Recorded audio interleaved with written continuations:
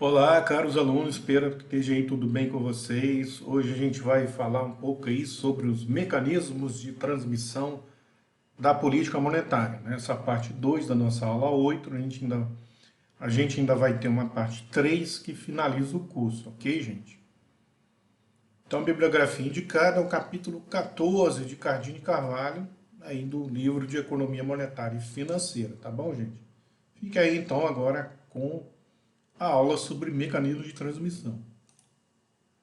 E que a pergunta era essa, né? Qual é a importância da taxa básica de juros da economia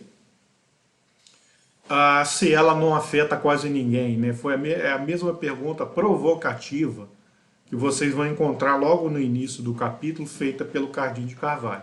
Por que é tão importante a política monetária? E por que é tão importante a taxa básica de juros da economia se ela não incide diretamente sobre as famílias e as empresas, né? Na verdade, então, a taxa básica de juros, como a gente já viu, né, nas aulas anteriores, né, ela vai incidir no chamado mercado monetário. Então, é uma taxa de relação ali de oferta e demanda de moeda entre o Banco Central e os bancos comerciais, as instituições financeiras de um modo geral. Mas vamos colocar aqui os bancos comerciais, né? Então, na verdade, como que ele, com essa mudança, né, essa calibragem dessa taxa de juros, ele vai afetar a vida de empresas, decisões das empresas e das famílias. Então, uma primeira coisa a gente já começou a ver na aula anterior, no capítulo 3, tá? Que foi exatamente o efeito sobre o mercado de câmbio. A gente vai voltar nele aqui, né? Vamos falar de novo, sem tanta profundidade quanto no capítulo 13, mas a gente volta nele. Mas além de ver esse efeito sobre o mercado de câmbio, a gente também tem um efeito sobre o mercado de capitais e um efeito sobre o mercado de crédito. Então, na verdade, ao incidir sobre o mercado monetário, ao mudar a taxa de juros de curto prazo ali do mercado monetário, o Banco Central vai estar provocando que as instituições que atuem em cada um desses três mercados, né, mercado de crédito, de capitais e de câmbio, também reajam a essa nova taxa de juros, mudando as suas decisões de oferta de moeda e aí afetando a vida de quem demanda essa moeda, que no fim das contas são empresas, investidores, as famílias de um modo geral, ok? Então é isso que a gente vai estudar hoje e ver então a importância dessa taxa de juros. Entender que de fato, como essa taxa de juros ela não me afeta diretamente, nem afeta diretamente a vida de uma empresa, mas ela afeta as decisões de quem oferta moeda e títulos para empresas, investidores e famílias, né? Importadores e exportadores, certo? Os agentes econômicos de um modo geral, ok?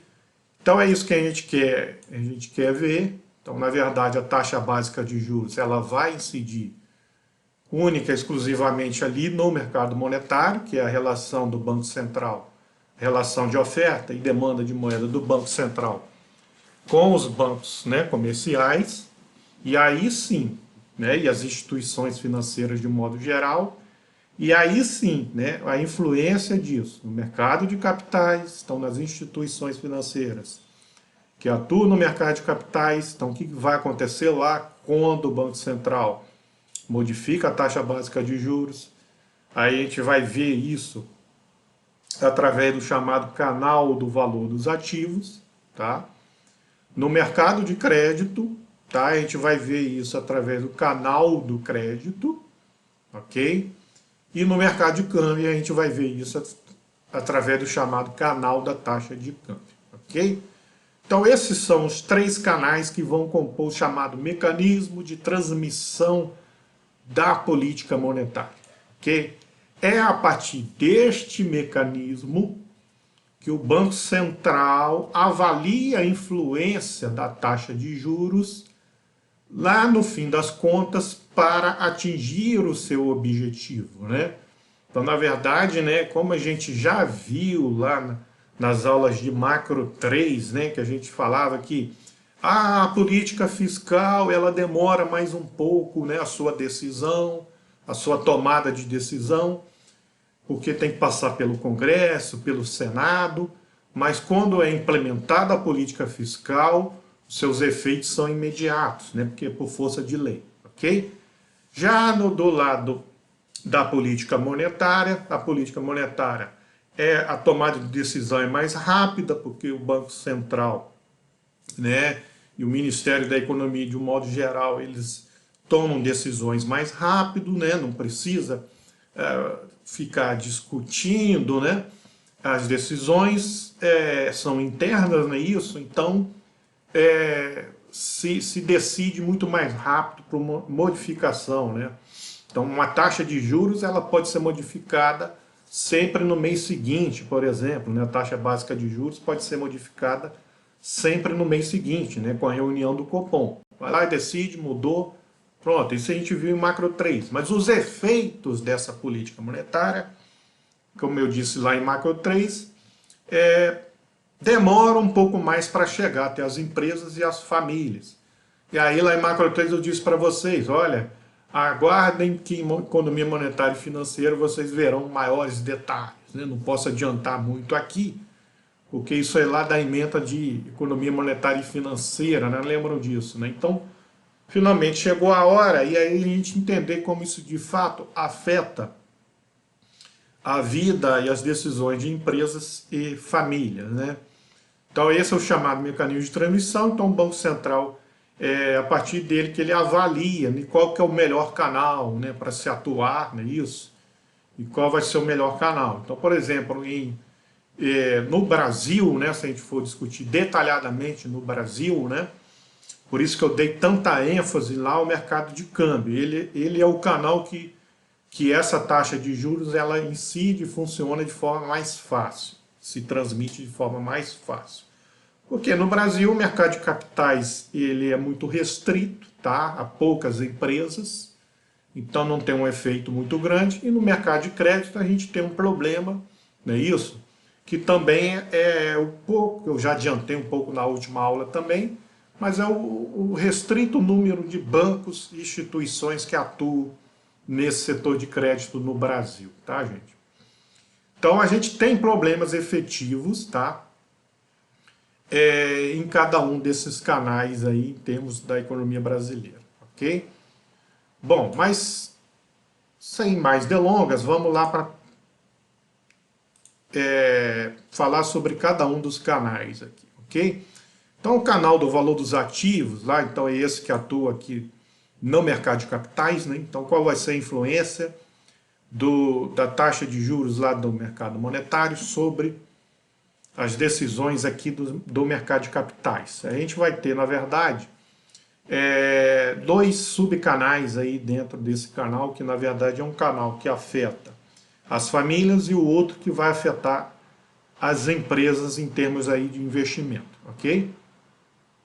Então o Banco Central ele começa todo o processo, por exemplo, emitindo títulos. Então quando ele quer provocar um aumento da taxa de juros. Então ele emite títulos, tá?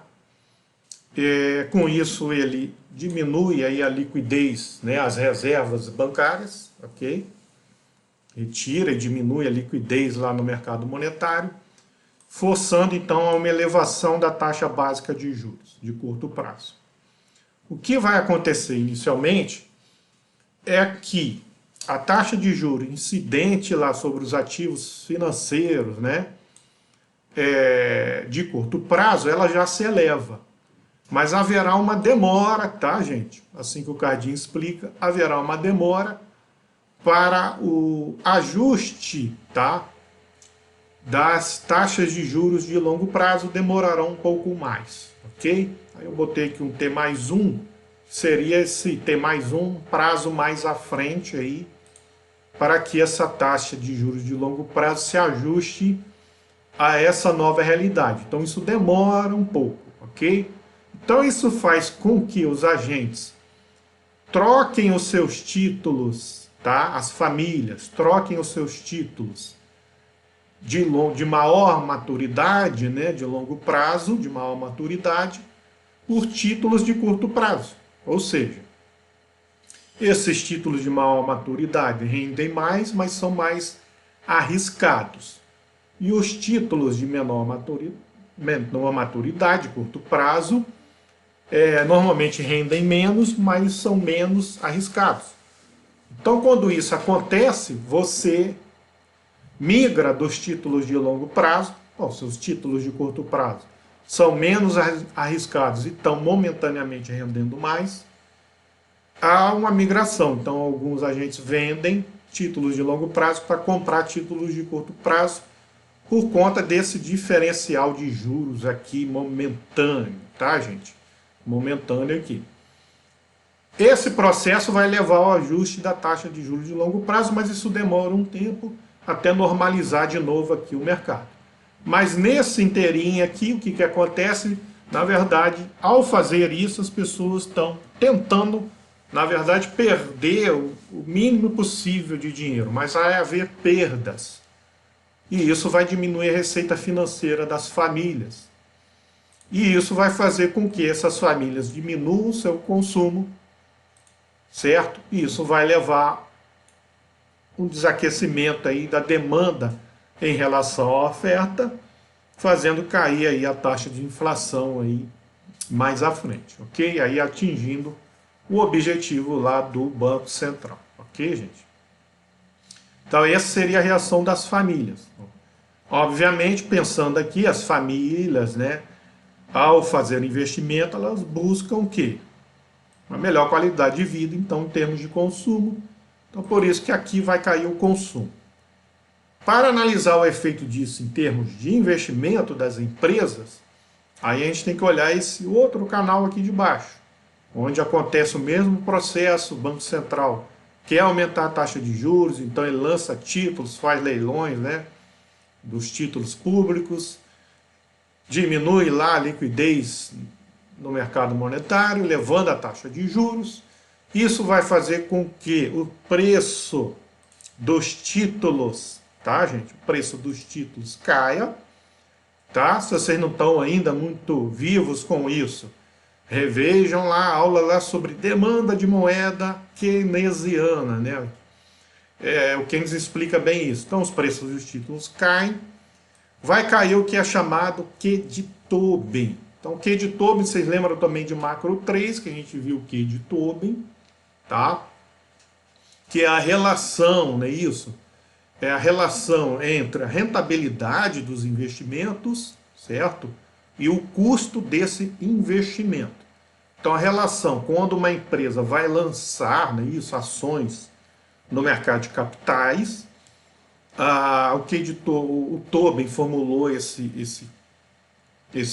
vamos dizer assim, uma espécie de índice que ficou conhecido como Q de Tobin, né?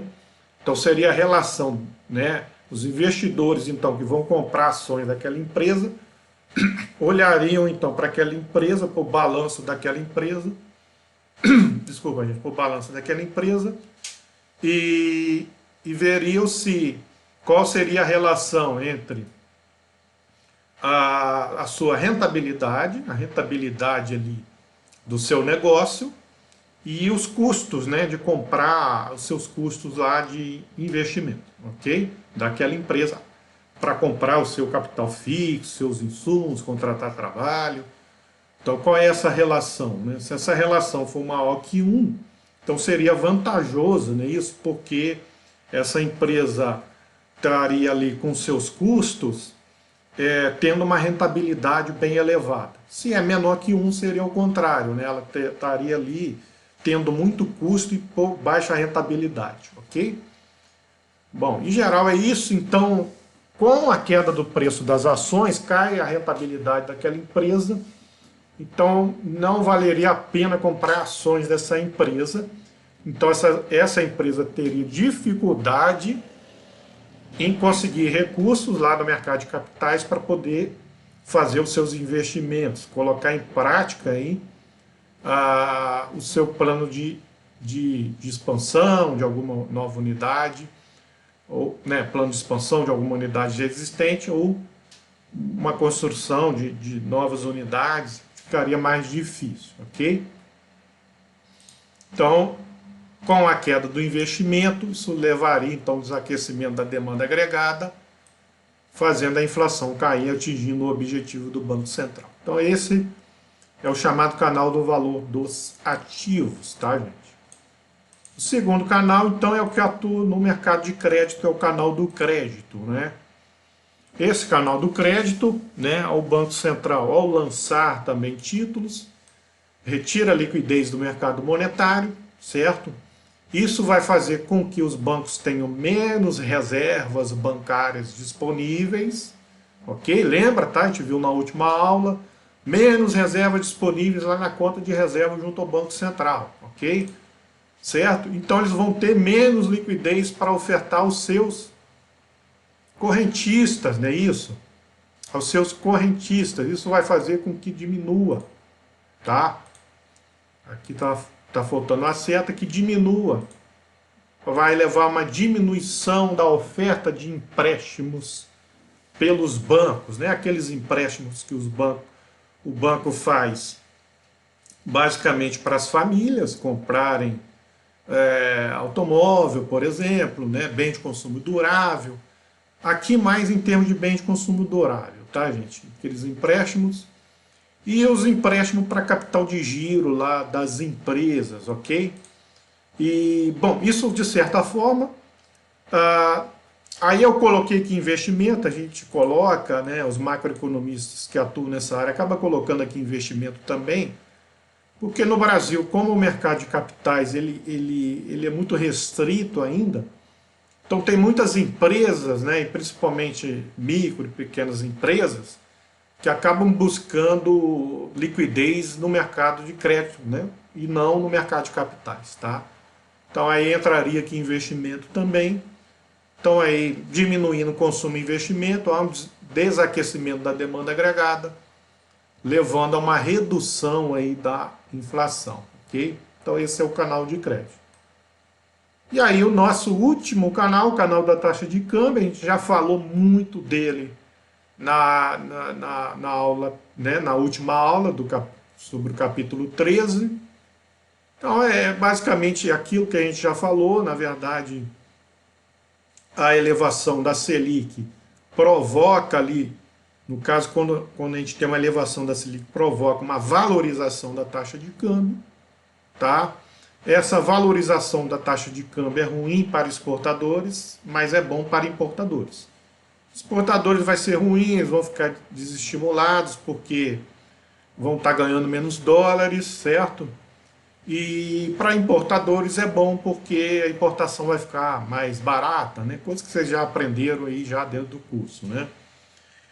Então isso teria um efeito negativo sobre a balança comercial, levando à redução da inflação, desaquecimento da demanda agregada, levando à redução da inflação, tá, gente? Bom, é isso, esses são os mecanismos de transmissão da política monetária, tá, gente? E, bom, é isso, agradeço a vocês aí a participação durante esse semestre, espero que vocês tenham absorvido aí bastante conhecimento sobre a economia monetária e que isso seja útil aí para a vida e a carreira de vocês, tá, gente? Tá bom, gente? Um forte abraço e até a próxima.